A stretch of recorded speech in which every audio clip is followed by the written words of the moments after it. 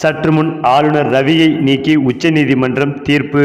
உச்சக்கட்ட பரபரப்பில் டெல்லி அதிர்ச்சியில் மோடி. ஏற்கனவே சட்டமன்றத்தில் முதலமைச்சர் தலைமையில் கடன் வழங்கும் தொழிலில் ஈடுபட்டுள்ள பணக்கடன் நிறுவனங்கள் மற்றும் பாதிப்படக்கூடிய குழுக்களை கட்டாய மீட்பு வழிமுறைகளின் தேவையற்ற சிரமங்களிலிருந்து பாதுகாக்க ஒரு சட்டப்பூர்வ நடவடிக்கை எடுக்கப்பட்டது. அதன்படி குண்டர் சட்டத்தை திருத்துவதற்கான மசோதாவின் பொருளாதார குற்றங்களில் ஈடுபடும் நபர்கள் குண்டர் சட்டத்தின் கீழ் கைது செய்யப்படுவார்கள் என்று சட்டமன்றத்தில் மசோதாவும் நிறைவேற்றப்பட்டது. இதனையடுத்துதான் மசோதாவை சட்டமாக நிறைவேற்றி ஒப்புதலுக்காக ஆளுநருக்கு அனுப்பி வைக்க.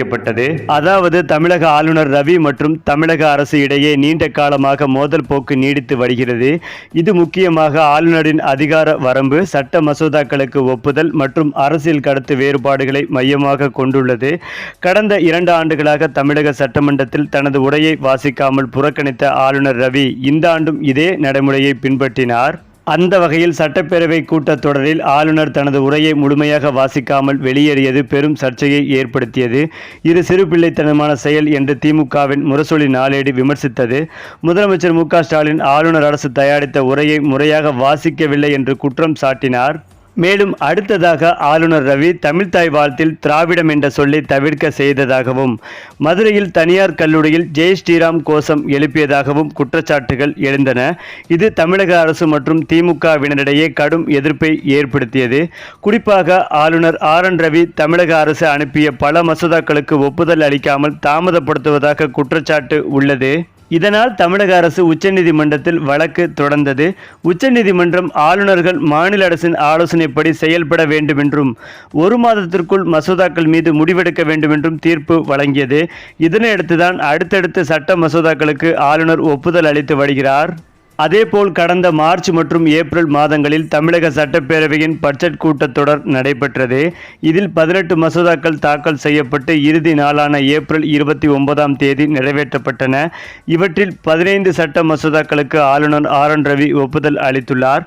இதன்படி மாற்றுத்திறனாளிகளுக்கு உள்ளாட்சி அமைப்புகளில் நியமன உறுப்பினர் அடிப்படையில் பிரதிநிதித்துவம் அளிக்கும் சட்ட மசோதாக்கள், தீ தடுப்புக்கான செயல்பாட்டு நேரத்தை குறைக்க அறிவியல் சார் நிழல் வரைபடம் அடிப்படையில் புதிய தீயணைப்பு நிலையங்களின் அமைவிடங்கள் ஏற்படுத்துவது தொடர்பாக தீயணைப்புத்துறை சட்டத்தை திருத்துவதற்கான சட்ட மசோதா, குறிப்பாக கடன் நிறுவனங்களின் வலுக்கட்டாய நடவடிக்கைகளிலிருந்து பொதுமக்களை காப்பதற்கான சட்ட மசோதா, தொழில் புரிவதை எளிவாக்கும் வகையில் கடைகள் மற்றும் நிறுவனங்கள் தொடர்பான தொழிலாளர் சட்டங்களில் கடும் தண்டனைகளை குறைத்தல் உள்ளிட்டவற்றுக்கான சட்ட மசோதா, உயிரி மருத்துவ கழிவுகளை குவித்தல், அண்டை மாநிலங்களில் இருந்து கொண்டு வந்து கழிவுகளை கொட்டுவோர் மீது வழக்கு பதிவு செய்து தண்டனை வழங்குவதற்கான சட்ட மசோதா ஆகிய முக்கிய சட்ட மசோதாக்கள் உள்ளிட்ட 15 சட்ட மசோதாக்களுக்கு ஆளுநர் RN ரவி ஒப்புதல் அளித்துள்ளார்.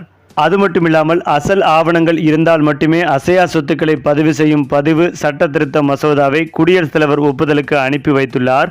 தமிழ்நாடு உடற்கல்வியியல் மற்றும் விளையாட்டு பல்கலைக்கழகத்திற்கு துணைவேந்தரை நியமிக்கவும் பதவி நீக்கம் செய்யவும் அரசுக்கு அதிகாரம் அளிக்கும் சட்ட மசோதா மற்றும் கும்பகோணத்தில் கலைஞர் பல்கலைக்கழகத்தை அமைப்பதற்கான மசோதா ஆகிய 2 சட்ட மசோதாக்களை மற்றும் இன்று நிலுவையில் வைத்துள்ளார். அதிலும் முக்கியமாக பட்ஜெட் கூட்டத்தொடரில் நிறைவேற்றப்பட்ட 18 சட்ட மசோதாக்களில் 15க்கு ஆளுநர் ரவி ஒப்புதல் அளித்துள்ளார். 2 மசோதாக்கள் நிலுவையில் உள்ளன. மேலும் முதலமைச்சர் ஸ்டாலின் தலைமையில் 18 மசோதாக்கள் சட்டப்பேரவையில் தாக்கல் செய்யப்பட்டுள்ளது. ஆனால் அதில் ஒரு சில மசோதாக்களை மட்டும் ஒப்புதல் கொடுத்துவிட்டு பல மசோதாக்களுக்கு இன்னும் கிடப்பில் போட்டு வருகிறார் ஆளுநர். அதற்கு ஒப்புதல் தர தாமதப்படுத்துகிறார். இதனால் தமிழக அரசுக்கு இது மேலும் சிக்கலாக அமைந்து வருகிறது. இது குறித்து மீண்டும் டெல்லி சென்று ஸ்டாலின் முறையிட உள்ளதாகவும் ஆளுநரை நீக்கி உச்சநீதிமன்றம் தீர்ப்பு வழங்க வேண்டும் என்ற நோக்கத்தில் விரைந்து செயல்பட உள்ளதாக தற்போது தகவல்கள் வெளிவந்து கொண்டிருக்கிறது. சரி, இப்போ நீங்கள் சொல்லுங்கள், ஆளுநரை நீக்கி உச்சநீதிமன்றம் தீர்ப்பு, இதை பற்றிய உங்களுடைய கருத்துக்களையும் உங்கள் கமெண்ட்டில் சொல்லுங்கள்.